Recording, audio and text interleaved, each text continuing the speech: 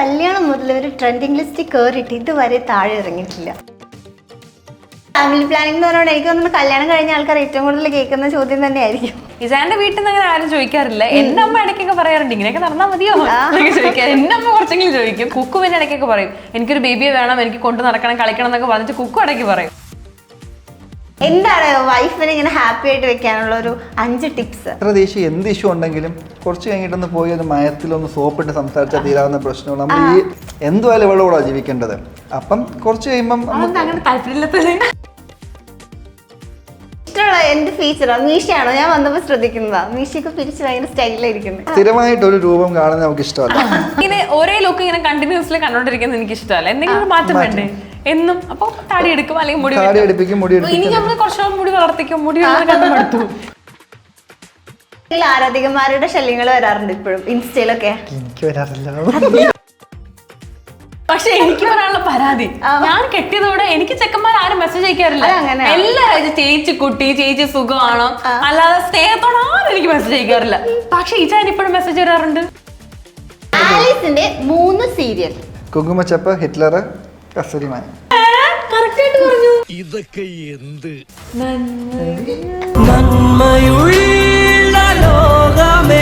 പിന്നെ എനിക്ക് കല്യാണം കഴിഞ്ഞതിന് ശേഷമാണ് കുറച്ചൊരു ഫ്രീഡം കിട്ടി തുടങ്ങിയത്.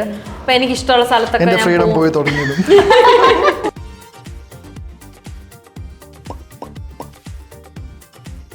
നിനക്ക് ഏറ്റവും കൂടുതൽ അറിയാവുന്നതല്ലേ?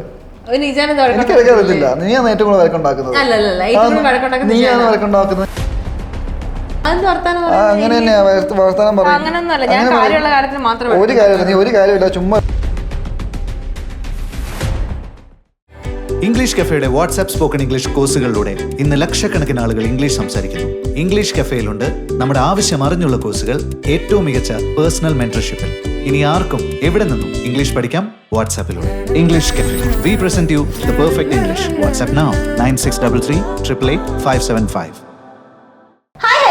മീഡിയയുടെ പുതിയൊരു ചർച്ചയിലേക്ക് സ്വാഗതം. ഞാൻ Mastani and this is our show Masti with Mastani. ഇന്ന് എൻ്റെ കൂടെയുള്ള ഒരു ഗസ്റ്റ്, ഇവരുടെ കല്യാണം മുതൽ ഒരു ട്രെൻഡിങ് ലിസ്റ്റ് കയറിയിട്ട് ഇതുവരെ താഴെ ഇറങ്ങിയിട്ടില്ല. അങ്ങനത്തെ ഒരു ക്യൂട്ട് കപ്പിൾസ് ആണ് നമ്മുടെ കൂടെ ഉള്ളത്. Alice Christy and Sajin, welcome to the show. Thank you. ഇഷ്ടമായിട്ടോ?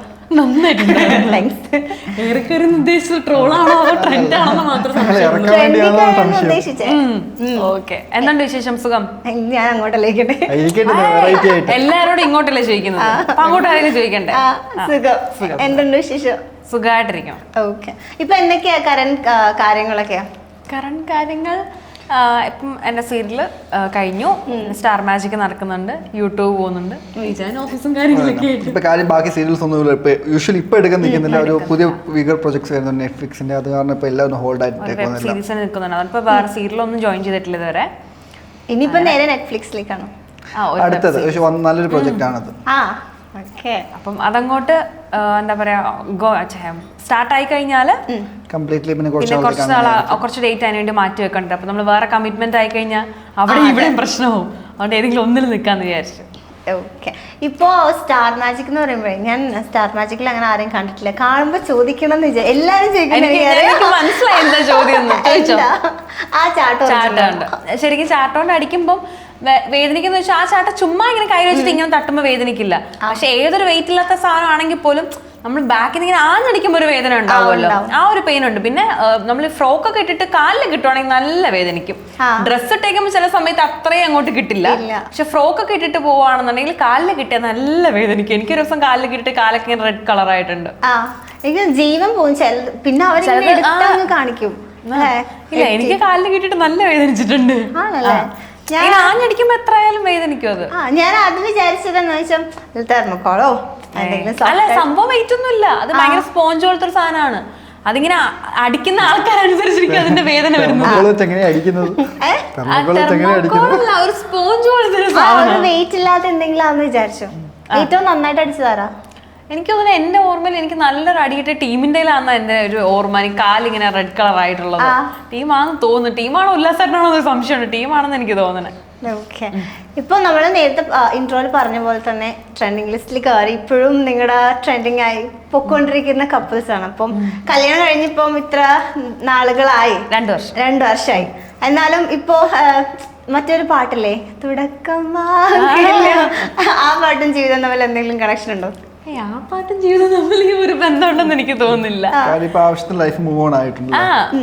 എന്താ പറയാ, ഒരു റിയാലിറ്റിയിലേക്ക് വന്നു കഴിഞ്ഞു. ആ കല്യാണം കഴിഞ്ഞ സമയത്തുള്ള ആ ഒരു ഇതൊക്കെ അങ്ങ് മാറിയിട്ട്, ഒന്നാമത്തെ കാര്യം നമ്മൾ കല്യാണം കഴിഞ്ഞ സമയത്ത്, ഞാൻ കല്യാണം കഴിഞ്ഞ് 20-ാം തീയതി നമ്മുടെ അടൂർ വീട്ടിലേക്ക് കയറുന്നു. എനിക്ക് 21-ാം തീയതി മുതൽ ഷൂട്ട് തുടങ്ങി.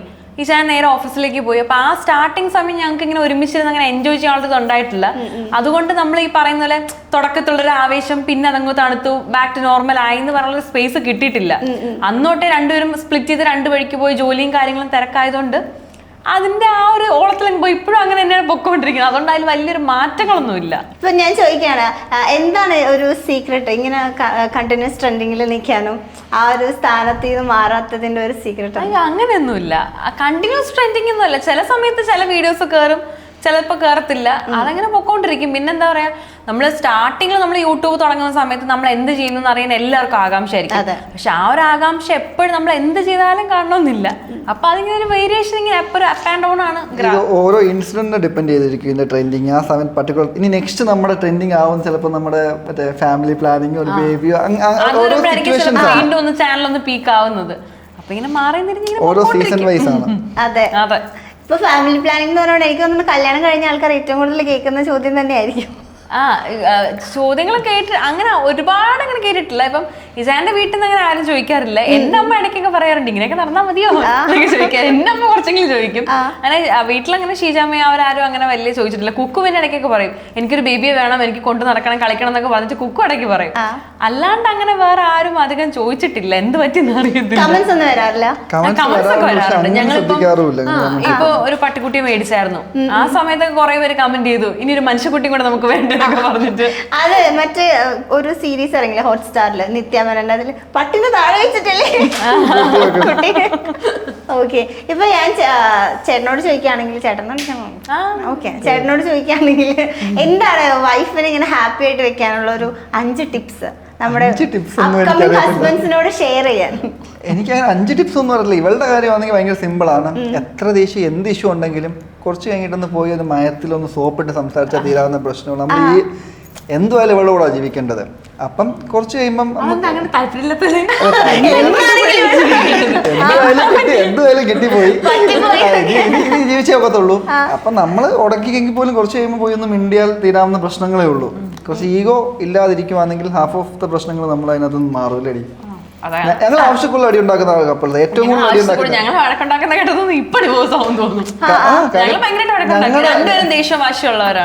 രണ്ടും എക്സ്ട്രീംസ് ആണ്.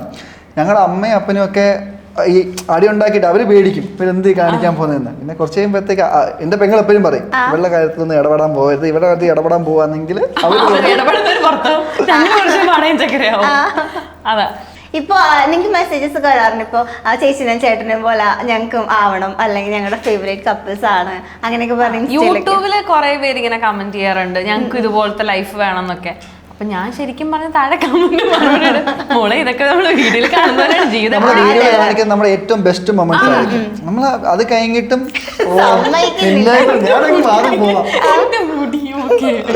നമ്മൾ യൂട്യൂബിൽ കാണിക്കുന്ന നമ്മുടെ ഏറ്റവും ബെസ്റ്റ് മൊമെന്റ്സ് ആയിരിക്കും. അതല്ലാതെ ഒരു നോർമൽ ലൈഫും ഞങ്ങൾക്ക് എല്ലാവർക്കും ഉണ്ട്. ഞങ്ങളുടെ അടിയൊന്നും ഒരിക്കലും കാണിക്കുന്നില്ല. നമ്മൾ സന്തോഷമായിട്ടിരിക്കുന്ന മാത്രമല്ലേ ഉള്ളൂ. അപ്പൊ ചില ആൾക്കാർ വിചാരിക്കുന്നുണ്ട് ഫുൾ ടൈം ലൈഫ് ഇങ്ങനെയാണ്, ഇവർ തമ്മിൽ ഒരു വഴക്കുമില്ല. അപ്പൊ എല്ലാ മനുഷ്യന്മാരെ പോലെ രണ്ട് വ്യക്തികളാകുമ്പോ എന്തായാലും അവിടെ അഭിപ്രായ വ്യത്യാസം ഉണ്ടാവും. രണ്ടുപേരും ഇപ്പം ചേരുമ്പടി ദൈവം എന്തായാലും ചേർക്കത്തില്ല. രണ്ടും എക്സ്ട്രീമിൽ നിൽക്കുന്ന ആൾക്കാർ തമ്മിലെ ചേർത്തുള്ളൂ.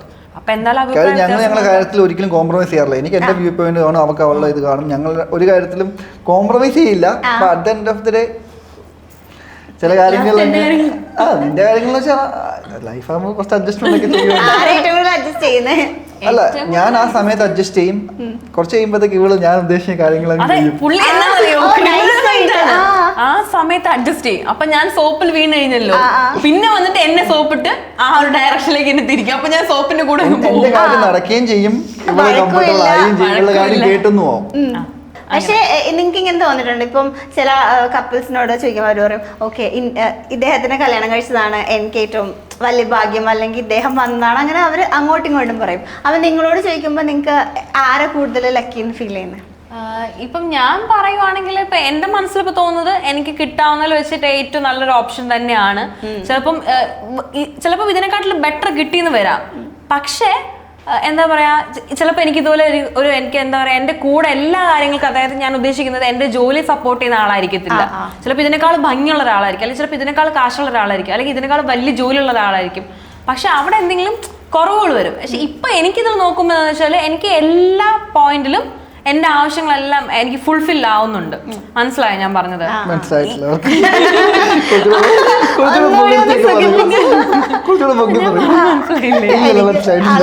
ഇപ്പം എനിക്ക് കിട്ടിയേക്കുന്നതില് എന്റെ ജോലി എന്നെ സപ്പോർട്ട് ചെയ്യുന്നുണ്ട്, എനിക്ക് ആവശ്യത്തിനുള്ള സൗന്ദര്യമുണ്ട്, എനിക്ക് ആവശ്യം ജീവിക്കാനുള്ള എന്നെ നോക്കുന്നുണ്ട്. ഞാനല്ല ഞാൻ പറഞ്ഞോണ്ടിരിക്കുന്നത് എല്ലാ രീതിക്കും എല്ലാ കാര്യങ്ങളും എനിക്ക് ഓക്കെ ആവുന്നുണ്ട്. ഇതിലും ബെറ്റർ ചിലപ്പോൾ കിട്ടിയെന്ന് വരാം. പക്ഷെ അവിടെ ചിലപ്പോൾ എനിക്ക് എന്തെങ്കിലും ഒരു കാര്യം കോംപ്രമൈസ് ചെയ്യാം. ചിലപ്പം ഇതിനെക്കാട്ടിലും ബെറ്റർ ആയിട്ടുള്ള ആളായിരിക്കാം, പക്ഷെ എൻ്റെ കൂടെ വീഡിയോ എടുക്കാൻ നിൽക്കില്ല.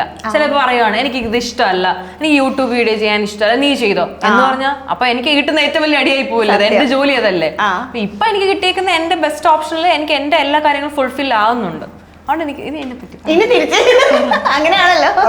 എനിക്ക് സത്യം പറഞ്ഞാൽ എനിക്ക് കിട്ടാവുന്നതിൽ ചിലപ്പം ഈ ഫീൽഡിൽ ഏറ്റവും നല്ല ആളായിരിക്കാം. ഇൻ ദ സെൻസ് ചിലപ്പോൾ ഞാൻ വേറെ ആരെങ്കിലും കിട്ടുവാണെങ്കിൽ ഒരു അൺനോട്ടീസ്ഡ് ആയിട്ട് ഒരു ഓഫീസിൽ ജോലി ചെയ്യുന്ന ഒരു പ്രൊഫഷണൽ ആളിനെ കിട്ടി ഒരു നോർമൽ ലൈഫ് ജീവിക്കേണ്ട ഒരാൾ ഓൾ ഓഫ് എ സഡൻ എൻ്റെ ലൈഫ് ഇങ്ങനെ എന്നെ നോട്ടീസ് ചെയ്യണമെങ്കിൽ ആൾക്കാർ ഇവളുടെ ത്രൂ ആണ്.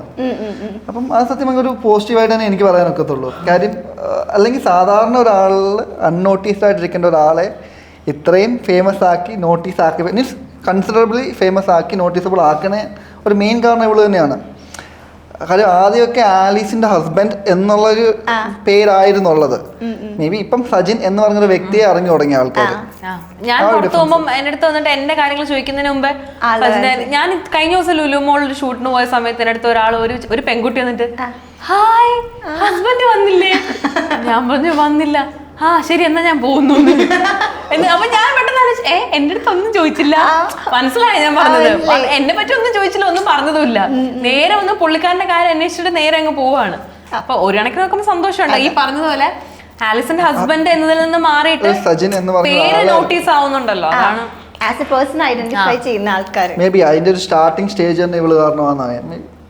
പണ്ടൊക്കെ യൂട്യൂബ് വീഡിയോ ചെയ്യുന്ന സമയത്ത് ഭയങ്കര ഇതായിരുന്നു. ഒന്നും ഭയങ്കര ഒരു അല്ലേ ഫസ്റ്റ് വീഡിയോ ഒക്കെ നമ്മൾ ചെയ്യുന്ന സമയത്ത് ഇപ്പൊ വീഡിയോ എടുക്കുമ്പോ എന്നെക്കാട്ടിലും വർത്താനം. ഞാൻ എന്തെങ്കിലും ഒന്ന് പറഞ്ഞു. ഇഷ്ടമുള്ള എന്ത് ഫീച്ചറോ? മീശയാണോ? ഞാൻ വന്നപ്പോ ശ്രദ്ധിക്കുന്നതാ, മീശയൊക്കെ പിരിച്ച് ഭയങ്കര സ്റ്റൈലായിരിക്കുന്നത്. മീശ എപ്പോഴും അങ്ങനെയൊന്നുമില്ല. സ്ഥിരമായിട്ട് ഒരു രൂപം കാണുന്നത് നമുക്ക് ഇഷ്ടമല്ല. ഞാൻ നല്ലപോലെ മുടിയൊക്കെ വളർത്തി കുറെ നാൾ കഷ്ടപ്പെട്ട് കൊണ്ടുവരുമ്പോഴത്തേക്ക് അവർക്ക് അത് വെട്ടണം. കുറച്ച് താടി വെക്കുമ്പോ താടി എടുക്കണം, മീശ എടുക്കുന്ന കുറച്ച്. എനിക്കിങ്ങനെ ഒരേ ലുക്ക് ഇങ്ങനെ കണ്ടിന്യൂസ്ലി കണ്ടോണ്ടിരിക്കുന്നത് എനിക്ക് ഇഷ്ടമല്ല. എന്തെങ്കിലും മാറ്റം വേണ്ടേ എന്നും? അപ്പൊ താടി എടുക്കും, അല്ലെങ്കിൽ മുടി ഇനി നമ്മള് കുറച്ചോളം മുടി വളർത്തിക്കും. മുടി മുടി ഇപ്പൊ വെട്ടിട്ട് 2 മാസം നല്ല മുടി ഉണ്ടായിരുന്നു.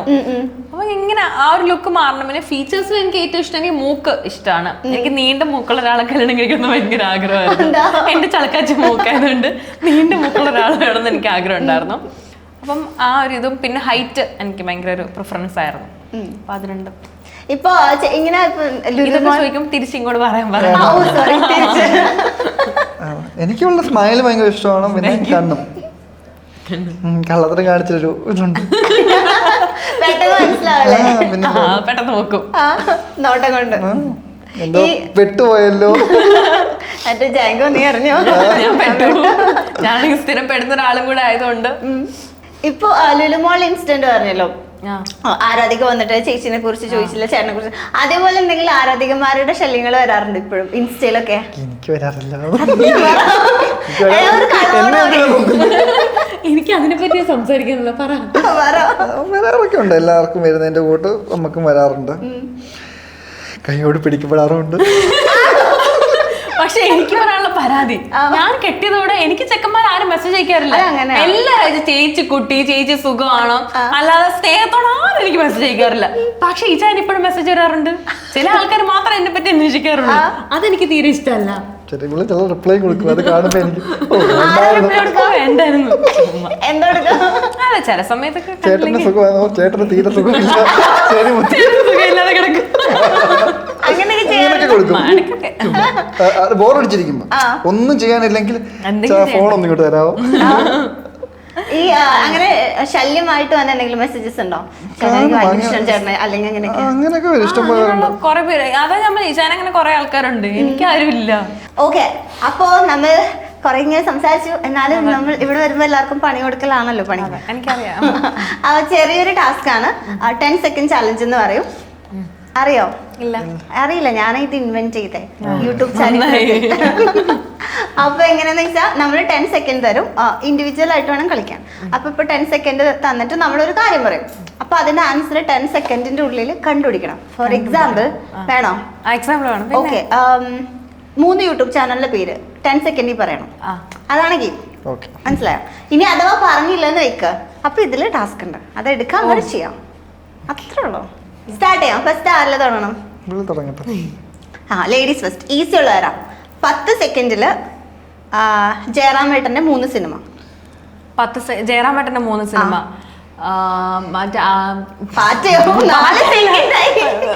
അറിയത്തില്ല. Ozler. 11 second.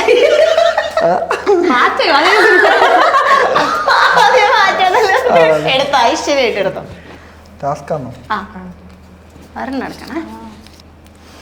Front and ask എവിടെയാ തിരക്കിലാണോ? ഞാൻ തിരക്കിലാണ്. Wait for the reply. മനസ്സിലായോ? കോളെ ഫ്രണ്ട് ആൻഡ് എവിടെയാന്ന് ചോദിക്കാം. തിരക്കിലാണോ? ഞാൻ തിരക്കിലാണ്.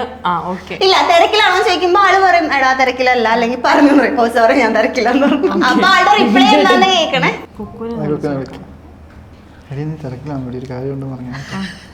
അർജന്റാ? വേണ്ട, ശരി, ഞാൻ തിരക്കിലാണ്.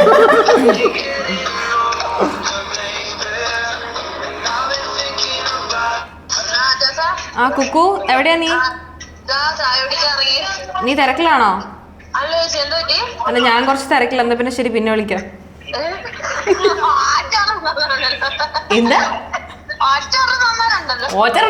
നീ എന്താ ജോലിക്ക് വേണ്ടി 24 മണിക്കൂർ ചായ കുടിച്ച് നടക്കുന്നേ? ശരി ശരി, ഫോൺ വെക്കാം, എനിക്ക് തിരക്കാം. Okay bye. തിരക്കില്ല, ചുമ്മാ മിണ്ടാണ്ടിരിക്കും. കുക്കു ശല്യം ചെയ്യണ്ട. എനിക്ക് ജോലിയുണ്ട്. Okay bye. ഏത് പപ്പ video? Okay bye guys. Okay okay. അത് വാങ്ങിക്കോ. ചോദിക്കട്ടെ, ആലീസിന്റെ 3 സീരിയൽ. ആലീസിന്റെ 3 സീരിയലോ? കുങ്കുമച്ചപ്പ്, ഹിറ്റ്ലർ, കസ്തൂരിമാൻ. കറക്റ്റായിട്ട് പറഞ്ഞു. എന്ത് ചെയ്യാൻ? ഞാൻ വിചാരിച്ചില്ല കറക്റ്റായിട്ട് പറയുന്നത്.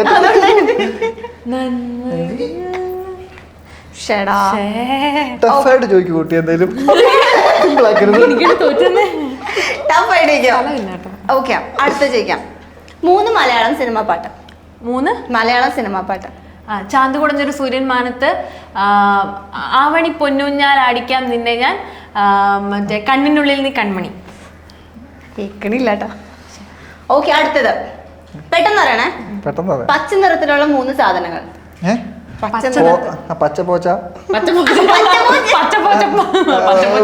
ബോട്ടില്, വെറൈറ്റി മീഡിയ സിമ്പിൾ.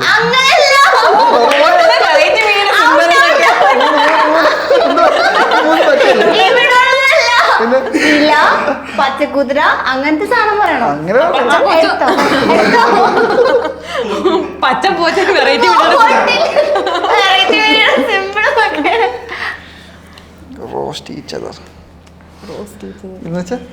എന്താ ഉദ്ദേശിച്ച? റോസ്റ്റ് ചെയ്തത് അങ്ങോട്ടും ഇങ്ങോട്ടും റോസ്റ്റ് ചെയ്യാ. റോസ്റ്റിംഗ്. എന്ത് കോലമാടിയത് നിന്റെ കണ്ണിന്റെ മേളിലെന്ത് ഇത്? അയ്യോ, ഇതെന്ത് മേളിലെന്ത് ഇരിക്കുന്നത്? Golden colour. അയ്യോ, നല്ല വൃത്തികേടായിട്ടുണ്ട്. ഒന്ന് ചിരിച്ചേ. കാണുന്നില്ല കേട്ടോ, വരത്തില്ലടോ. അത് ഭയങ്കര ടഫ് കോമ്പറ്റീഷൻ ആയത്. ഇത്ര ടഫ് വേണ്ട കേട്ടോ. ഓക്കെ, മലയാള മാലയിലെ അക്ഷരങ്ങൾ. മലയാള അക്ഷരമാലയില്ലേ, അതിലെ അക്ഷരങ്ങൾ. ആ വരെ 10 സെക്കൻഡിൽ പറയണേ. ആ ഇ ഈ ഉ ഊ ഇർ എ ഐ ഓ ഔ അം ആ. അങ്ങനെയല്ലടി,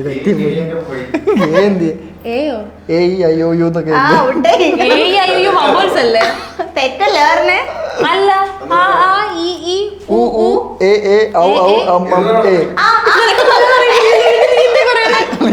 എന്നല്ല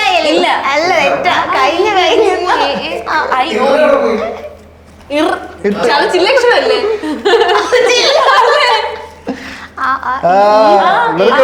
ഞാൻ ടാസ്ക് കൊടുത്ത് ഇ ഇ ഉ ഉ ഇർ എ ഐ ഒ ഔ അം ആ. ഇവള് MA എന്താ മലയാളമല്ലേ? ലൈനായിട്ട് കരയുകയോ? ലൈവായിട്ട് കരയാണ്.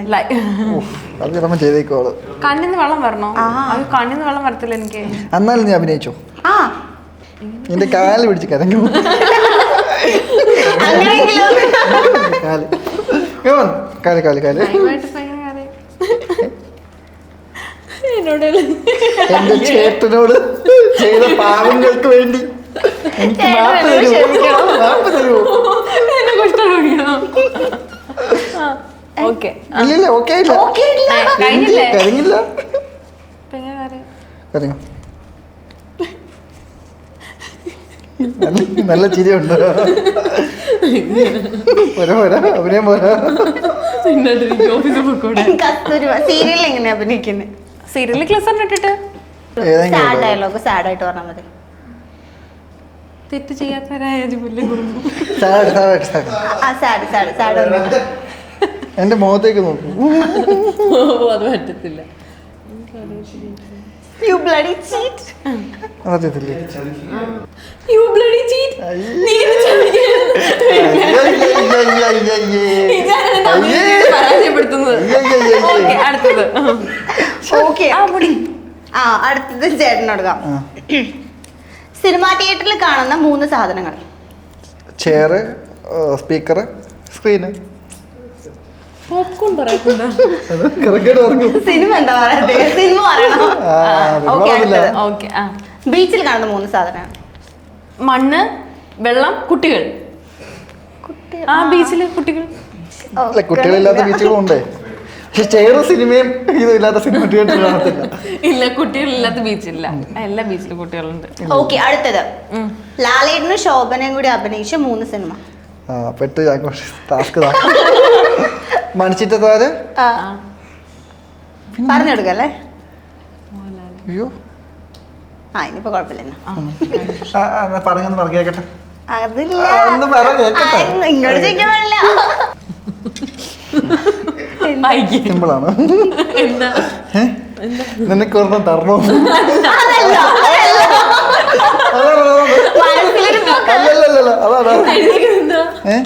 എന്താ മറ്റേ ഭാര്യക്കൊരെണ്ണം കൊടുക്കണം. അങ്ങനെ അങ്ങനെ ക്യാമറ തള്ളിടരുത് കേട്ടോ, സൈഡിരിക്കുന്നത്.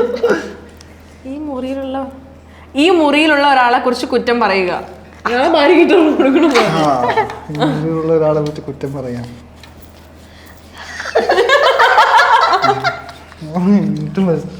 എന്തേലും പറഞ്ഞു ഇന്റർവ്യൂ കൊള്ളില്ല എന്നൊക്കെ തുടങ്ങി. ആരെ കുറിച്ചാണെങ്കിലും വേണം, എന്നെ കുറിച്ചാണോ ഒന്നുമില്ല. കുട്ടിക്ക് ആരാ മേക്കപ്പ് ചെയ്തേ? ആരാ കുട്ടിക്ക് മേക്കപ്പ് ചെയ്തേ? ഞാനാ. നിന്റെ കൊള്ളാം കേട്ടോ. ഇതാണ് കുറ്റം. എനിക്ക് ആരുടെ ഒരു കാര്യം പറഞ്ഞിട്ടായിരുന്നു, മറ്റേ കൊരങ്ങന്റെ. ഇവിടെ പറയാൻ പറ്റത്തില്ല. അത് ഓറാങ്ങിട്ട്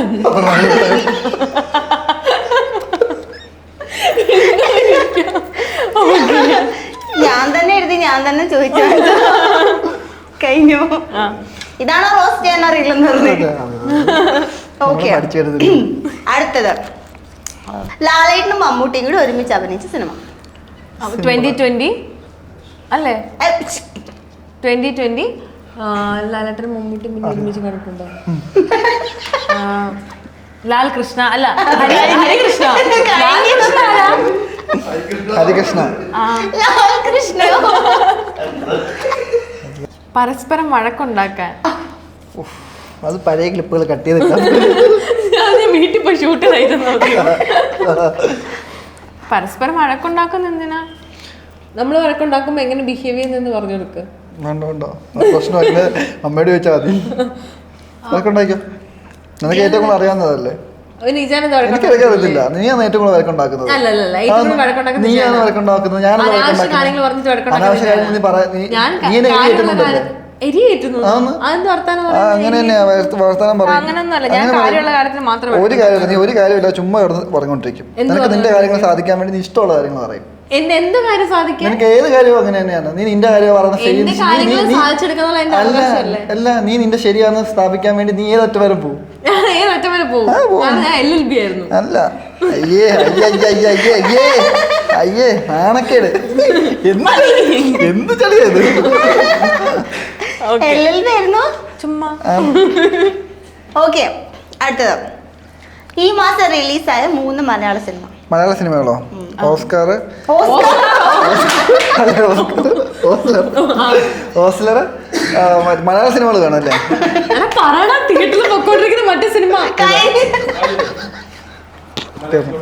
ഹിന്ദി ആയിരുന്നു പറയരുത്. മലയാളം മലയാളം മലയാള സിനിമ ഫൈറ്റർ ഉണ്ടായിരുന്നു. യുദ്ധം ഇൻസ്റ്റാ ലൈൻ പോയി 40 സെക്കൻഡ് മിണ്ടാതിരിക്കണം. മ്യൂട്ടയില് ഇൻസ്റ്റാ ലൈവ്. ഇൻസ്റ്റയില് ലൈവ് പോയിട്ട് 40 സെക്കൻഡ് മിണ്ടാണ്ടിരിക്കണം. നാണക്കേടാ കേട്ടോ. ഞാൻ വരില്ല, ഒറ്റയ്ക്കാണ് പോകും. ഒറ്റയ്ക്ക് പോയാൽ മതി. എന്നെ വിളിച്ചില്ലല്ലോ. പിന്നെന്താ? 40 സെക്കൻഡ് ആയി. 40 സെക്കൻഡ് നോക്കുന്നുണ്ട്.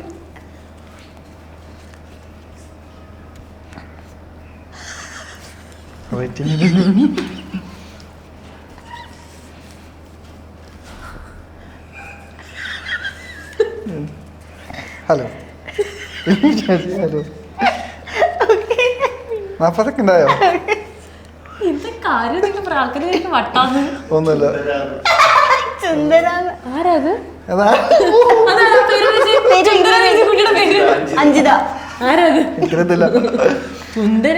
ആക്ച്വലി വെറൈറ്റി മീഡിയയുടെ ഒരു ഇന്റർവ്യൂവിന് വന്നപ്പോൾ ഒരു പ്രാങ്ക് ആയിരുന്നു.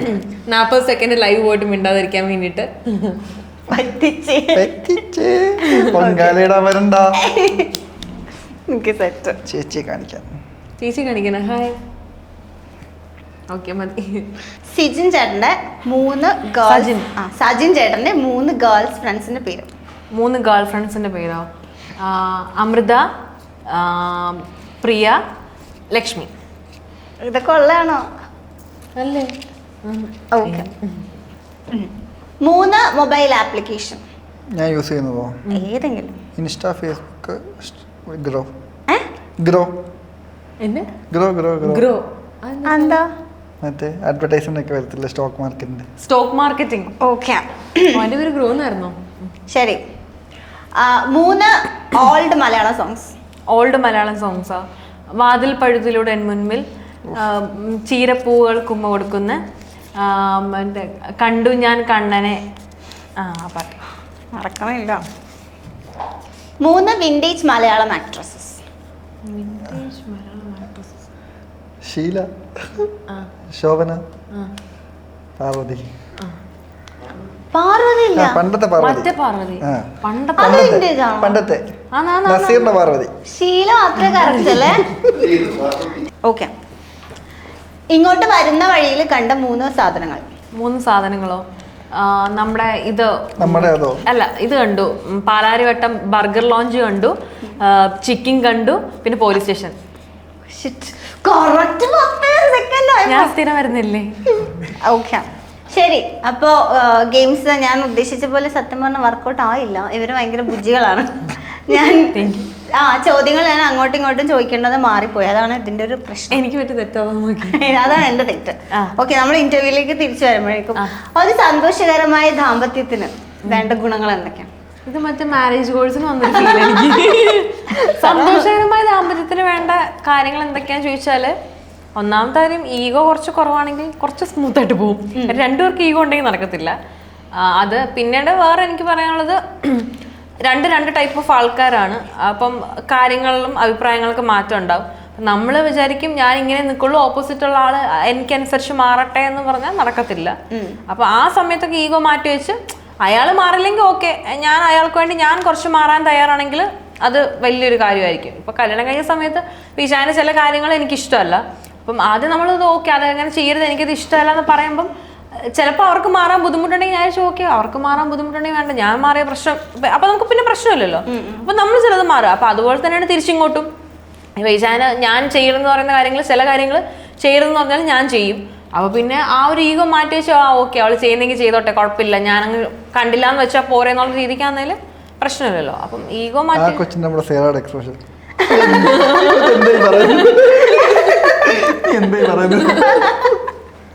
ഞാൻ അറിയാണ്ട് ചോദിച്ചത്. എന്നോട് ക്ഷമിക്കണം. നമുക്ക് കളിക്കാൻ എനിക്കിങ്ങനെ ഭയങ്കര ആധികാരികമായിട്ട് മറുപടികൾ പറയാൻ ഭയങ്കര ഇഷ്ടമാണ്. ആണല്ലേ? എനിക്കിങ്ങനെ സീരിയസ് ഇന്റർവ്യൂ ഒക്കെയാണ് ഇഷ്ടം. ഇവിടെ വളരെ ആധികാരികമായ ചോദ്യങ്ങൾ. ഞാനിങ്ങനെ വലിയ ജാടക്കിരുന്ന് ഇങ്ങനെ മനസ്സിലൊക്കെ പറയും. അവർക്ക് സീരിയസ് തീരെ താല്പര്യമില്ല, സീരിയസ് ആക്കുന്നത്. ശരി, ഇപ്പൊ സ്റ്റാർ മാജിക്കില് ഇപ്പൊ കൊറേ ടാസ്കുകളൊക്കെ ചെയ്യല്ലോ. അപ്പൊ തല്ലേക്ക് ചെയ്യുന്നില്ല, മറ്റേ ചാട്ടവാറിനൊക്കെ അടിക്കുമ്പോ എപ്പോഴെങ്കിലും തോന്നിയിട്ടുണ്ടോ? ആ പരിക്കുകളൊക്കെ പറ്റിയിട്ട് വരുമ്പോൾ ചില സമയത്ത് പറയാറുണ്ട്, അയ്യോ എടി വേണ്ടടി ഇനിയിപ്പോ പോണ്ട, അങ്ങനെയുള്ളതൊക്കെ. കാരണം ഞങ്ങൾ എപ്പോ പോയി ഗെയിം കളിച്ചാലും തിരിച്ച് പരിക്കുകളായിട്ട് വരാറുള്ളൂ. ആ സമയത്ത് നമ്മൾ ഇപ്പൊ ഇറങ്ങി കഴിഞ്ഞാൽ കൈമുറിയും കാലുമുറിയും ഒന്നും നോക്കത്തില്ല, ആ ഒരു ആവേശത്തിന് പുറത്തങ്ങ് ചെയ്യുന്നതാ. ചെയ്ത് കഴിയുമ്പോഴേക്കും അയ്യോ അവിടെ ഇവിടെ ഒക്കെ വേദനിച്ചിട്ടൊക്കെ ആയിരിക്കും തിരിച്ചു വരുന്നത്. അപ്പൊ അങ്ങനെ കാണുമ്പോൾ ചില സമയത്ത് പറയണം, അല്ലെങ്കിൽ നീ സൂക്ഷിച്ചു വേണം, ഇങ്ങനെ ബോധമില്ലാണ്ട് ഇറങ്ങി നടക്കരുതെന്നൊക്കെ പറയും. കാര്യം ഷോ കഴിഞ്ഞിട്ട് വരുമ്പോഴത്തേക്ക് എക്സോസ്റ്റഡ് ആണ് പുള്ളിക്കാരി.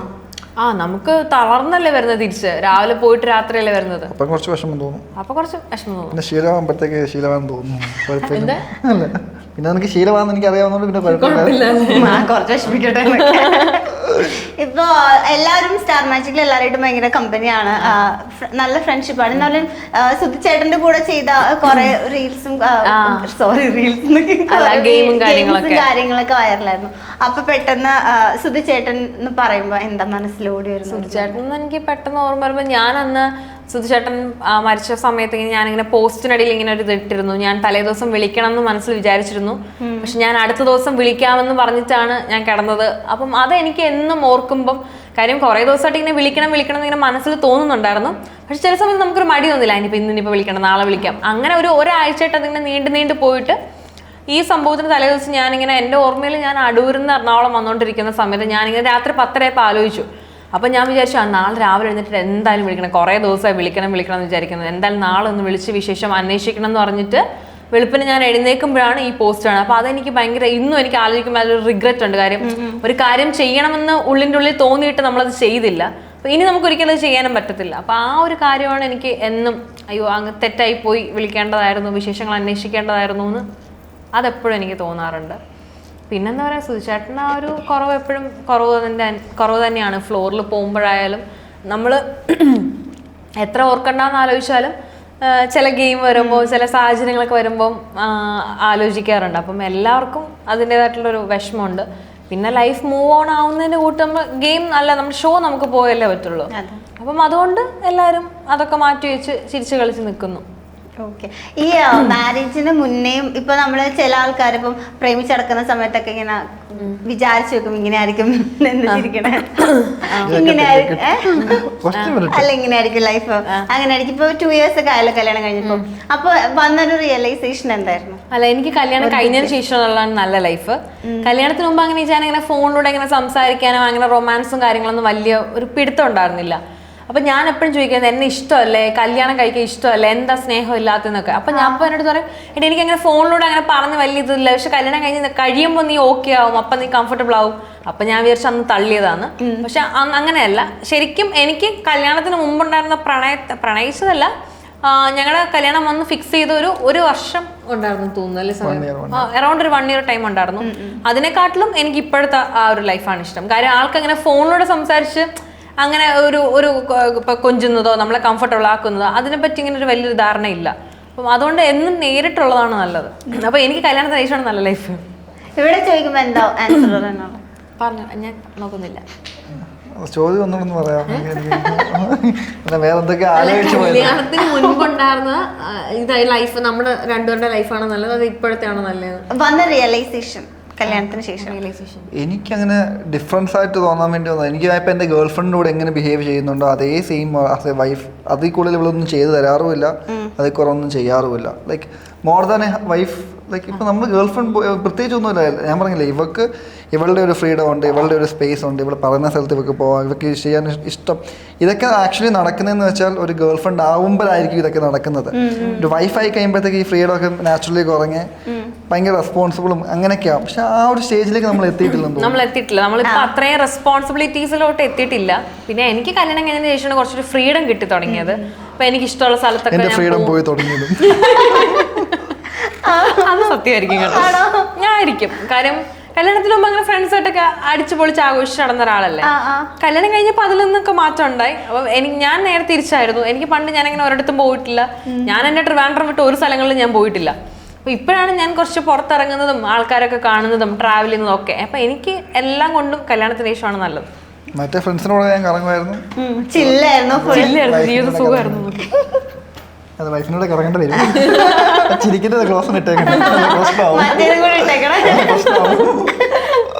ഓക്കെ, ഇപ്പൊ നിങ്ങൾ തമ്മിൽ വഴക്കൊക്കെ ഇടാറുണ്ടെന്ന് പറഞ്ഞല്ലോ. ഏറ്റവും കൂടുതൽ എന്ത് കാര്യത്തിനായിരിക്കും വഴക്കിടുന്നത്? പ്രത്യേകിച്ച് കാരണമൊന്നും വേണ്ട, വെറുതെ ഇങ്ങനെ എഴുന്നേറ്റ് നിന്നാൽ മതി. ചുമ്മാ ഇപ്പൊ പറഞ്ഞത് എന്തെങ്കിലും ഒരു കാരണം പറഞ്ഞാൽ മതി. എന്തെങ്കിലും ഒരു കാര്യം പറഞ്ഞിട്ടായിരിക്കും. ഈ ചായ കുറച്ച് ഷോർട്ട് ടെമ്പറാണ്.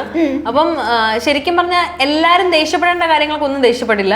എന്നാൽ ആരും ദേഷ്യപ്പെടാത്ത കാര്യങ്ങൾക്കായിരിക്കും ദേഷ്യപ്പെടുന്നത്. ഞാനിങ്ങനെ ഒരു ദിവസം വീട്ടിൽ അന്വേഷിച്ചപ്പം എൻ്റെ സ്വർണ്ണക്കൊലുസ് കാണാനില്ല. അപ്പൊ എനിക്കിങ്ങനെ വെപ്രാളം പരവേശമായി.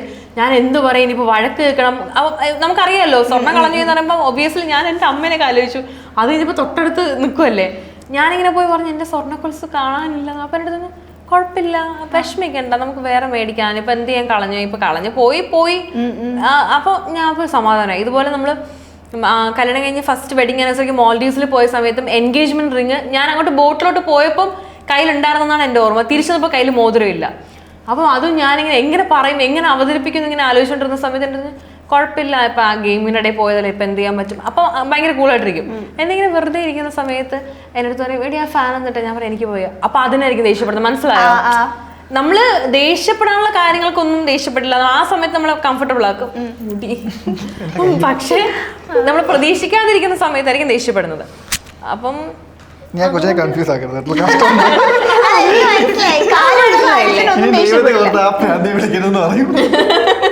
അതുകൊണ്ട് അങ്ങനെ ഇന്നൊരു കാരണം ഒന്നും പറയാൻ പറ്റത്തില്ല. അപ്രതീക്ഷിതമായ കാരണങ്ങളാണല്ലോ. തിരിച്ചു വിടുന്ന എന്തിനാ ഏറ്റവും കൂടുതൽ ദേഷ്യം പറയുന്നത്? വീട് ഒതുക്കാതെ. ഞാൻ ബാച്ചലറായിട്ട് ജീവിക്കുന്ന ആൾക്കാരാകുമ്പോഴത്തേക്ക് അങ്ങനെ ശ്രദ്ധിക്കാറൊന്നുമില്ല. ഇവളെന്ന് വെച്ചാൽ ഈ വൃത്തി ഇങ്ങനെ ഒതുക്കി പതുക്കി വെക്കുന്നതിന് വെച്ചാൽ എനിക്കിങ്ങനെ എല്ലാം ഭയങ്കര ഓർഗനൈസ്ഡ് ആയിട്ട് ഇരിക്കണം. എനിക്ക് ഇങ്ങനെ മാറി തിരിഞ്ഞിരിക്കുന്നത് നേരെ ഓപ്പോസിറ്റ് ആണ്. ഒരു 20 ദിവസം കഴിഞ്ഞിട്ട് ഷൂട്ട് കഴിഞ്ഞ് വരുമ്പോഴത്തേക്ക് ഞാൻ പിന്നെ വീട്ടിൽ വരാറില്ല. ഞാൻ ഷൂട്ടൊക്കെ കഴിഞ്ഞ് തിരിച്ചു വരുമ്പോ വീട് പൂത്തു പോകാത്തത് ദൈവഭാഗ്യം എന്ന് പറയാം. അതുപോലെ ഇരിക്കും. കാര്യം എനിക്ക് തോന്നുന്നു ഹോസ്റ്റൽ ലൈഫും ഞാൻ ഹോസ്റ്റലിൽ നിന്നിട്ടേ ഇല്ല. അപ്പൊ വീട്ടിലിപ്പം ഞാൻ ഇതുപോലെ ഇങ്ങനെ കുറച്ച് മെസ്സേജ് ഇടുമ്പോൾ അമ്മ പുറകെ നടന്നിങ്ങനെ ശല്യം ചെയ്ത് പറയും അത് വൃത്തിയാക്കും, ഇത് മാറ്റിവെക്കും, ഇത് ചെയ്യുന്നൊക്കെ പറയും. അപ്പൊ ആ ഒരു ശീലമായിരിക്കും എനിക്ക്. അപ്പൊ ഞാൻ ഹോസ്റ്റലിൽ നിന്ന ലൈഫ് ആയതുകൊണ്ട് ആ ഒരു ഇതാണ്. അപ്പം ഞങ്ങൾ രണ്ടും ഈ ഓർഗനൈസ് ചെയ്യുന്നതിന്റെ കാര്യത്തിൽ രണ്ട് ധ്രുവത്തിലുള്ള ആൾക്കാരാണ്.